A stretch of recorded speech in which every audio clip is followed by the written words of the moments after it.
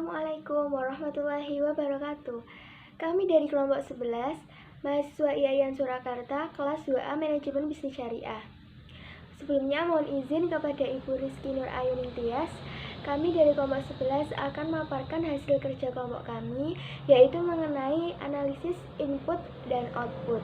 Sebelum kita membahas mengenai analisis input dan output, saya akan memperkenalkan anggota dari kelompok 11 2A Manajemen Bisnis Syariah.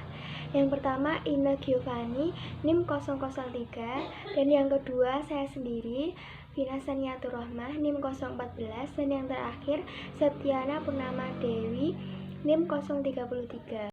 Berikut tadi merupakan nama-nama anggota dari kelompok 11 2A Manajemen Bisnis Syariah IAIN Surakarta. Dan yang terakhir yaitu penyampaian materi. Model, input, output, dan kegunaannya. Tabel I/O adalah suatu tabel yang menyajikan informasi transaksi barang dan jasa yang terjadi antara sektor ekonomi dengan bentuk penyajian berupa matriks. Kegunaan model I/O: 1. Memperkirakan dampak permintaan akhir terhadap output, nilai tambah, impor, penerimaan pajak, dan penyertaan BK di berbagai sektor produksi. 2. Menyusun proyeksi variabel ekonomi makro. Yang ketiga, menelaah struktur atau komposisi perekonomian nasional ataupun daerah. Langkah utama yang dilakukan dalam menganalisis model I/O yaitu membagi agen ekonomi menjadi dua bagian, yaitu pembeli dan pemasok. 1. Primary suppliers atau pemasok pertama, menjual input primer atau labor dan bahan mentah. 2. Intermediate suppliers, suppliers yang membeli input untuk diproses menjadi output baru, lalu dijual ke perusahaan lainnya atau ke pembeli terakhir. 3. Intermediate purchase, pembeli yang membeli output dari suppliers untuk dijadikan input pada proses produksi yang lain. 4. Final purchase, pembeli yang membeli output untuk langsung dikonsumsi. 10 terbagi ke dalam 4 kuadran.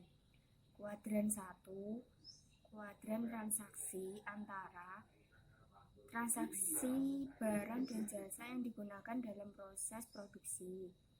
Kuadran 2 menunjukkan penjualan barang dan jasa yang dihasilkan oleh sektor perekonomian untuk memenuhi demand akhir.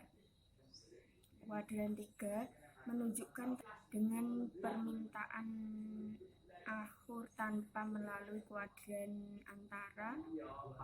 Kuadran 4 menunjukkan transaksi antara kuadran input primer dengan permintaan akhir tanpa melalui kuadran antara.